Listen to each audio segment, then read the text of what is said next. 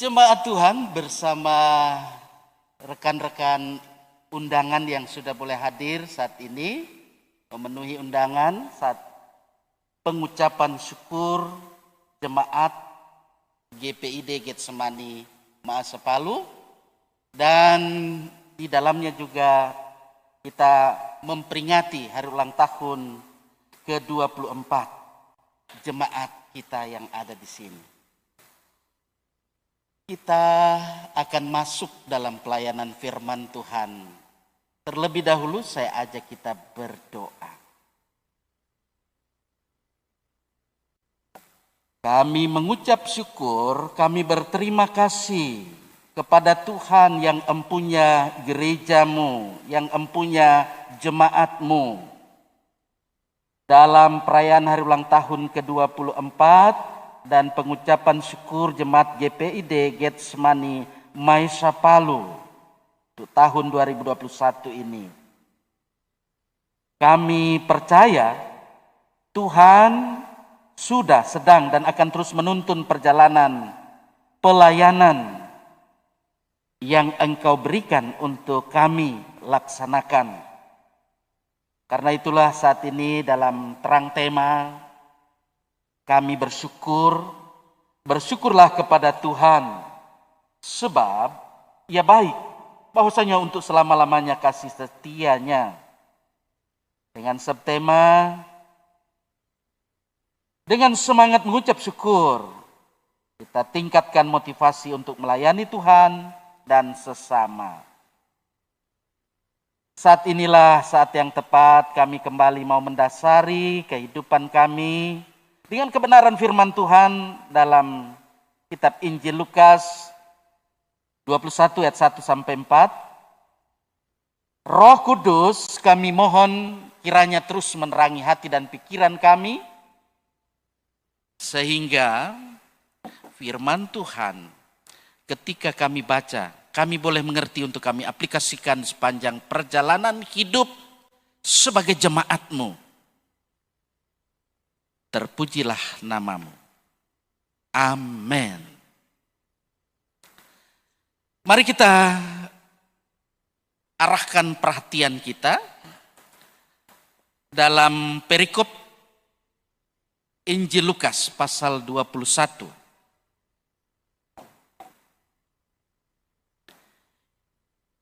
Dibaca ayat 1 sampai ayat 4. Singkat, padat, dan saya akan membacakan. Mari kita mendengar dan menyimak firman-Nya. Persembahan seorang janda miskin. Ketika Yesus mengangkat mukanya, Ia melihat orang-orang kaya memasukkan persembahan mereka ke dalam peti persembahan. Ia melihat juga seorang janda miskin memasukkan 2 peser ke dalam peti itu. Lalu ia berkata, "Aku berkata kepadamu, sesungguhnya janda miskin ini memberi lebih banyak daripada semua orang itu. Sebab mereka semua memberi persembahan dari kelimpahannya, tetapi janda ini memberi dari kekurangannya, bahkan ia memberi seluruh nafkahnya." Hendaklah perkataan Kristus diam dengan segala kekayaannya di antara kamu, sehingga kamu dengan segala hikmat mengajar dan menegur seorang akan yang lain, dan sambil menyanyikan mazmur dan puji-pujian dan nyanyian rohani, kamu mengucap syukur kepada Allah di dalam hatimu. Haleluya.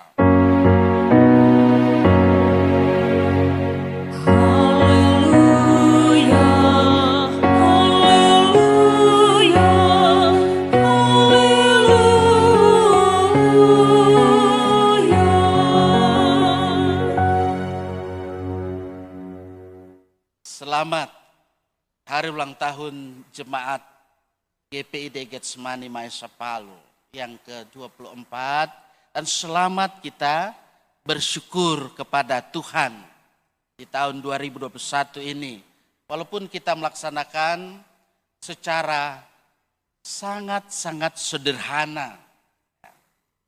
Ya, dihadir oleh Majelis Sinode, ada rekan-rekan pelayan yang ada sekota Palu, ya. Dan sebentar juga setelah ini ada Bapak Wali Kota juga akan hadir bersama di tempat kita.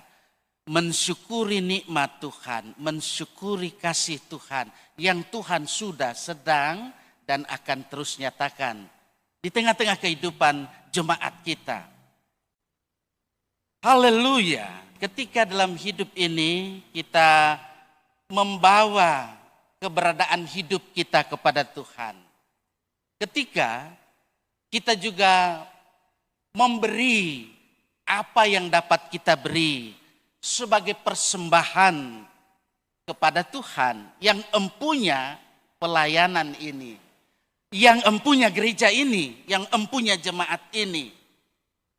Kita memberi tentu sesuai dengan apa yang kita miliki, kita persembahkan kepada Tuhan. Jemaat Koinonia pasti juga ketika pengucapan syukur ada juga sampul persembahan syukur, begitu jemaat Manunggal, jemaat Peniel, dan jemaat-jemaat lain. Memang itu menjadi satu panggilan sebagai orang yang percaya kepada Tuhan untuk bersyukur. Bersyukur kepada Tuhan sebab ia baik. Ya, umat Israel juga menyadari itu, sehingga nas pembimbing kita tadi juga berbicara tentang itu. Bersyukurlah kepada Tuhan bahwasanya untuk selama-lamanya kasih setianya. Gimana jiwa ya? Jiwa semangat untuk bersyukur kepada Tuhan. Tidak cuma kata doang, ya, tetapi mereka bersyukur, membawa korban syukur. Nah, kalau dalam kehidupan umat Israel itu ada banyak korban-korban yang harus dipersembahkan kepada Tuhan. Tapi yang jelas mereka berikan itu dengan sukacita, dengan penuh.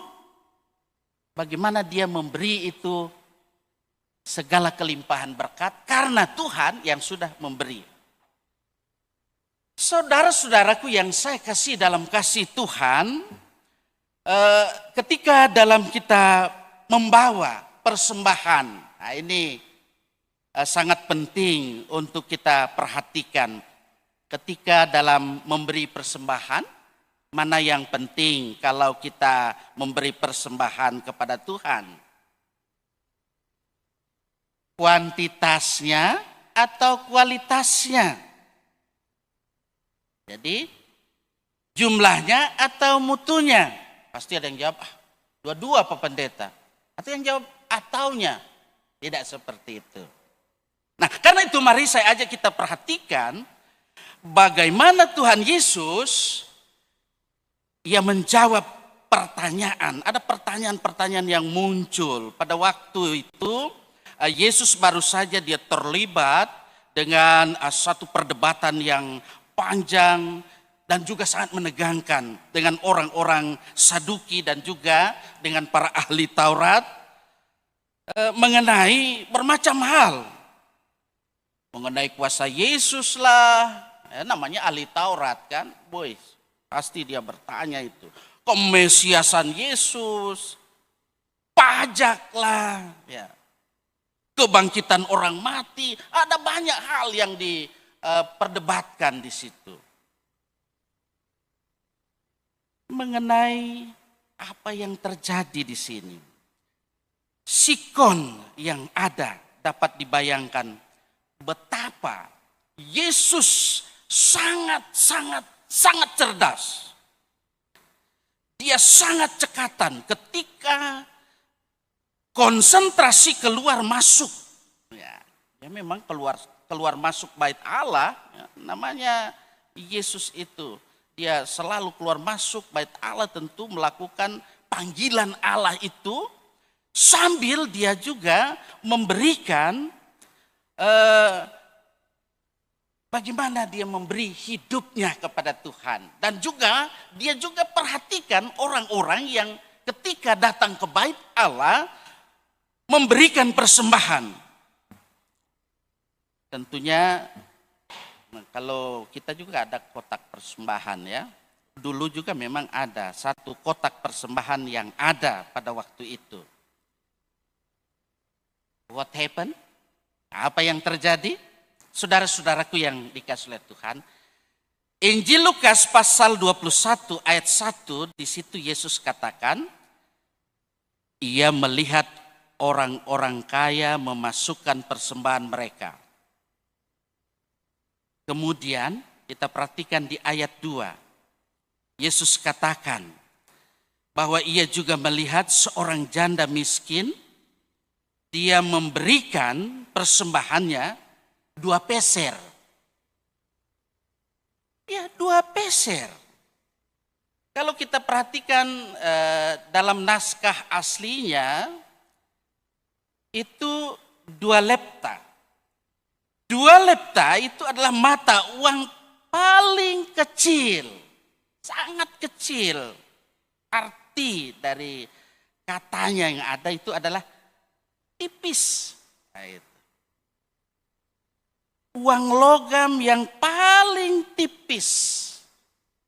Nilai 1 lepta itu adalah 1/40 sen. Atau 1/40 sen. Jadi kita lihat di situ kalau 2 lepta 1/20 sen. Lalu Yesus katakan, aku berkata kepadamu, sesungguhnya janda miskin ini memberi lebih banyak dari semua orang yang ada itu. Itu ayat 3. Sehingga dalam ayat ini, Yesus dia mau menyatakan bukan jumlahnya yang penting. 2 lepta atau 1/20 sen itu dipersembahkan oleh janda miskin, ya tentunya dalam saat dia memang tidak ada apa-apa lagi. Tapi kalau dia berikan itu, kalau kita lihat dalam kehidupan orang kaya, hemat sekali dia. Hemat. Jangan sampai ada di antara kita yang merasa dalam kehidupan ini ya, ketika kita bersyukur saat ini, ya kan ada 2 sampul. 1 sampul pengucapan syukur jemaat, 1 sampul hari ulang tahun jemaat. Jadi berilah dengan sukacita. Ya, jangan juga bilang kita beri dengan suka hati, Jo. Bukan sukacita hati. Kita mau isi sebenarnya dari jumlah yang ada, dari pendapatan Bapak Ibu Saudara-saudara yang ada sekian juta. Nah, kita beri hanya ya uang parkir saja, uang parkir mobil 5.000 di 1 amplop itu. Sehingga itu kan menghina berkat yang Tuhan sudah berikan dalam hidup ini. Ya, berikanlah sesuai dengan kemampuan yang ada. Yang Tuhan sudah berikan untuk kita. Jangan samakan nanti juga ketika ada yang memberi sekian juta. Ya. Karena dari apa yang dimiliki diterima lewat usaha pekerjaan yang dipersembahkan itu tentu berbeda. Si A, si B, si C. Jadi jangan sampai ada di antara kita yang tidak datang misalnya ke ibadah hari Minggu karena ini COVID toh. Karena COVID ibadah hari Minggu saja dulu. Mudah-mudahan COVID dengan varian baru ini perlahan tapi pasti mulai berkurang asal kita mengikuti protokol kesehatan. Tapi di Jakarta saja, ya itu Wisma Atlet saja sudah full. Ditambah lagi di tempat parkiran dibikin tenda supaya ditampung itu penderita yang COVID-19. Jangan sampai ya di Kota Palu ini. Jadi kita bekerja sama dan pemerintah yang ada supaya kita ikuti prokes dengan ketat. Jadi saya tidak berbicara tentang itu ada job yang orang harus bicara. Tapi saya mau bicara di sini bahwa dalam hidup ini persembahkanlah hatimu. Ini sangat penting dan ini yang paling penting. Persembahkanlah hatimu supaya dalam kehidupan ini kita melihat ini yang Tuhan kehendaki. Inilah yang terindah dalam hidup ini. Tidak ada persembahan yang terlalu kecil di hadapan Tuhan. 2 lefta pun Tuhan terima dengan senang hati.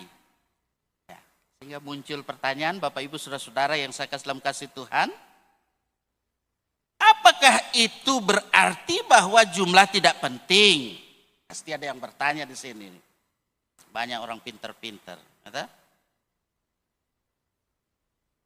Banyak orang ada yang berpendapat memang begitu. Sebelum kolekte biasanya memang kan sudah majelis mulai sampaikan. Biasanya juga dibaca antara lain ya. 2 Korintus 9 ayat 7. Hendaklah masing-masing memberi menurut kerelaan hatinya, jangan dengan sedih hati atau karena paksaan, sebab Allah mengasihi orang yang memberi dengan sukacita. Nah, lalu ada lagi orang yang berkata, kalau saya ya relanya hanya memberi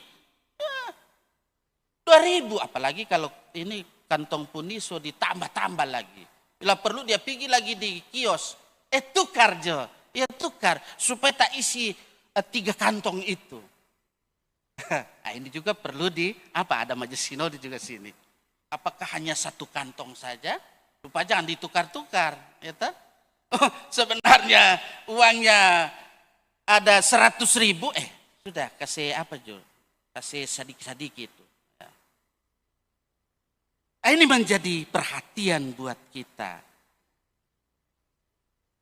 Dikatakan bahwa dalam kehidupan ini apa yang Tuhan beri sesuai dengan yang ada pada kita.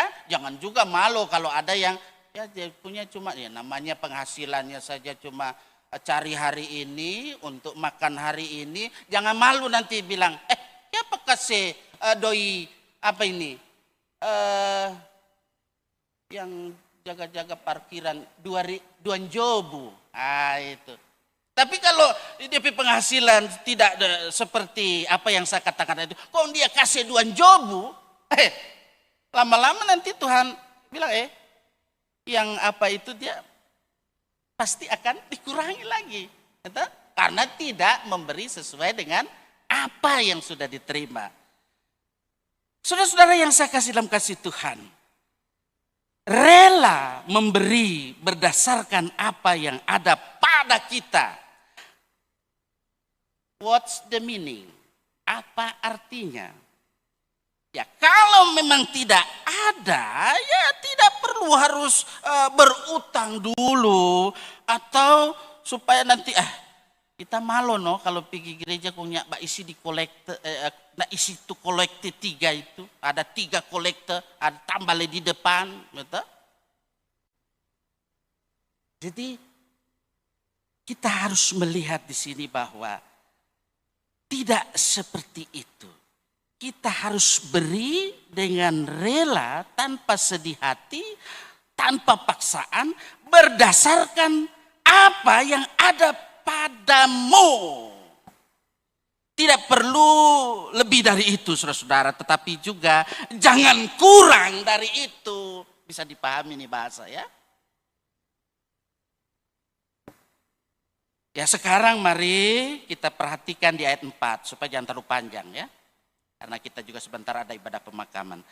Jadi dikatakan bahwa Sebab mereka semua memberi persembahan dari kelimpahannya, tetapi janda ini dia memberi dari kekurangannya, bahkan ia memberi seluruh nafkahnya. Luar biasa itu. Seluruh nafkahnya dia beli. Dia beri. Nah, itu. Ini cermin dalam kehidupan kita supaya kita belajar dari ini ya. Ya puji Tuhan kalau kita di sini tidak jandanya miskin, ada jandanya kaya, ada janda kaya di sini.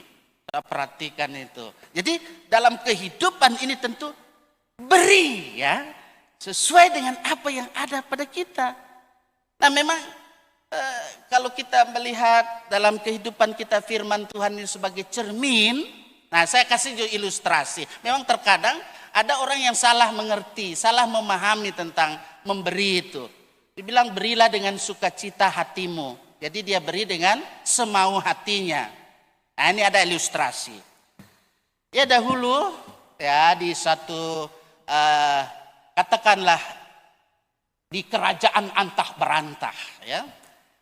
Ya ada memang warganya itu, anggotanya itu keluarga petani. Ya, dia keluarga petani, memang suami si bapak ini rajin, pagi-pagi sok pergi di kobong, di ladang, dia bapacol, dia ada bapacol, minta maaf ya, karena saya semangat juga, terus bapacol, capek istirahat dia, bapacol lagi, dia lihat apa ini? Ya sebesar inilah dia kasih bersih ya, dia kasih bersih, apa ini, dia senyum-senyum, sampai apa di rumah dia kasih memang lebih bersih lagi. Ketika dia mau tidur, dia lihat lagi, senyum-senyum sendiri, dia tertawa kecil gitu, dia taruh di bawah bantal. Selalu itu, kata istrinya, curiga. Siapa lepai tua ini? Ada apa gerangan ini? Selalu senyum-senyum sendiri, tertawa sendiri. DP mai tua cek. Dia pikir. Ini dan baru kita tahu. Rupanya ini paituaku ini ada simpanannya. Lihat. Namanya perempuan tuh pasti protes. Mulailah. Ya, saya tidak bilang mengomel sudah lalu nanti. Ya, pokoknya dapat dengar oleh ibunya. Aduh, ada apa kesian pagi-pagi apa ini dia? So ribut. Ini mama, kita pepa itu ada simpanan ini. Lihat ini. DP mama lihat. Mana? Kan dia ambil toh. Masa? Mana mungkin perempuan so tua begini. Kong DP pipi so kempot, so ompong. Mana mungkin ini jadi istri simpanan suamimu. Si papa dengar lagi. Siapa lagi ini? Ribut. Muncullah si papa. Si ibu mengatakan, ini lihat. Dia bilang DP suami ada simpanan. Ya enggak mungkin. Ini perempuan so tua, so oma-oma, so lansia. Dia bilang, mana? Kita lihat. Kita lihat, mana mungkin. Laki-laki baru so ompong lagi, so peot. Itu. Ribut karena tidak mengerti apa fungsi daripada cermin itu yang ada. Begitu juga Bapak Ibu Saudara, seperti apa yang saya katakan, ketika kita bersyukur kepada Tuhan, salah memahami firman Tuhan, ya tak? Dikasih sampul syukur karena biar pusing amat. Serta apa? Di mana sudah itu? Itu tidak tahu. Ada yang berapa Jo. Nah, kenapa ini? Nah, tapi ada yang memang mengerti. Oh ya, saya bersyukur karena Tuhan sudah tolong usaha saya. Ya, oh saya jadi pegawai sudah berhasil karena tidak semua sekarang jadi petani toh. Luar biasa. Jadi sudah jadi pegawai atau yang ada yang sudah purna bakti. Oh ya, Tuhan kasih sehat. Kenapa? Tuhan terima. Kasih yang paling bagus bila perlu disetrika. Nah, ada yang kasih, lihat di situ ada di meja kaca itu ditaruh di situ. Ada yang sok kasih doiso, yang ada DP apa itu angka rupiah. Mana mau bisa dipakai itu oleh tukang parkir bilang apa ini? Dia tidak mau. Apalagi Tuhan. Jadi dengan ilustrasi yang ada dengan kebenaran firman Tuhan. Firman Tuhan itu adalah cermin bagi kita. Supaya kita memahami betul, mengerti betul apa maksud rencana Tuhan Allah dalam hidup ini. Ketika kita bersyukur, kita beri yang terbaik untuk Tuhan. Kenapa kasih Tuhan? Tuhan itu memang maha kaya. Ya, kita menopang pelayanan. Nah, ini ada majelis sinode. Kita orang di sini saja masih ada utang ya Pak Sekum ya. Tuh. Jadi perhatikan ini juga ya toh. Jadi kalau ada lagu, bagaimana kalau pendeta-pendeta GPID yang ada? Kan ada lagu kerja buat Tuhan selalu manis biar tanpa gaji. Dari majelis sinode mau tanpa gaji Pak Sekum? Hah? Karena tak tutup, jadi saya sudah lihat DP jawaban. Jadi pasti akan bilang, kenapa ini partisipasi dari jemaat? Padahal di jemaat sudah berupaya loh itu. Bagaimana kita berjuang untuk memenuhi tunggakan-tunggakan supaya tidak tunggakan. Ya, memang bendahara, ada bendahara. Jadi dalam hal ini kita menopang. Ya, beda kalau di jemaat yang di desa, ada yang dari desa sini. Kalau di desa ada gilingan padi jemaatnya, ada sawah jemaatnya, ada kebun jemaatnya. Gitu? Kalau kita orang apa? Tapi jangan kecil hati. Tapi kalau kita bersatu memberi seperti pemahaman firman Tuhan ini, kita tidak salah mengerti, pasti bisa juga kita melunasi partisipasi ke sinode. Bagaimana Pak Sik? Mudah-mudahan ya. Nah itu, jadi kita berupaya untuk itu. Tapi jangan paksa juga gitu. Nanti kan kalau apa itu kita lihat situasi kondisi, gitu. Kalau memang situasi COVID kita cuma ibadah hari Minggu loh, gitu. Kalau ibadah 2 kali ya, kalau apalagi ada yang beri persembahan salah mengerti. Kita suka kasih bagi sekian, siapa mau tuntut, ya tak? Ya enggak ada, tak mungkin ketua jemaat bilang, atau wakil ketua jemaat, siapa yang beri cuma itu? Tidak mungkin. Tapi Tuhan tahu. Tuhan maha kaya, Tuhan sumber berkat, Dia sudah beri berkat-berkatnya. Tinggal kita mau bersyukur kepada Tuhan untuk menopang biaya program pelayanan yang ada. Baik yang ada di jemaat, kita juga ada wilayah, tapi wilayah bagaimana? Ada ketua wilayah ini. Jadi begitu juga yang ada di tingkat sinode. Kita terus untuk berpartisipasi lewat persembahan kehidupan kita. Supaya kita terus bersyukur kepadanya. Happy birthday, bersyukurlah kepada Tuhan sebab Ia baik. Amin. Terpujilah namanya.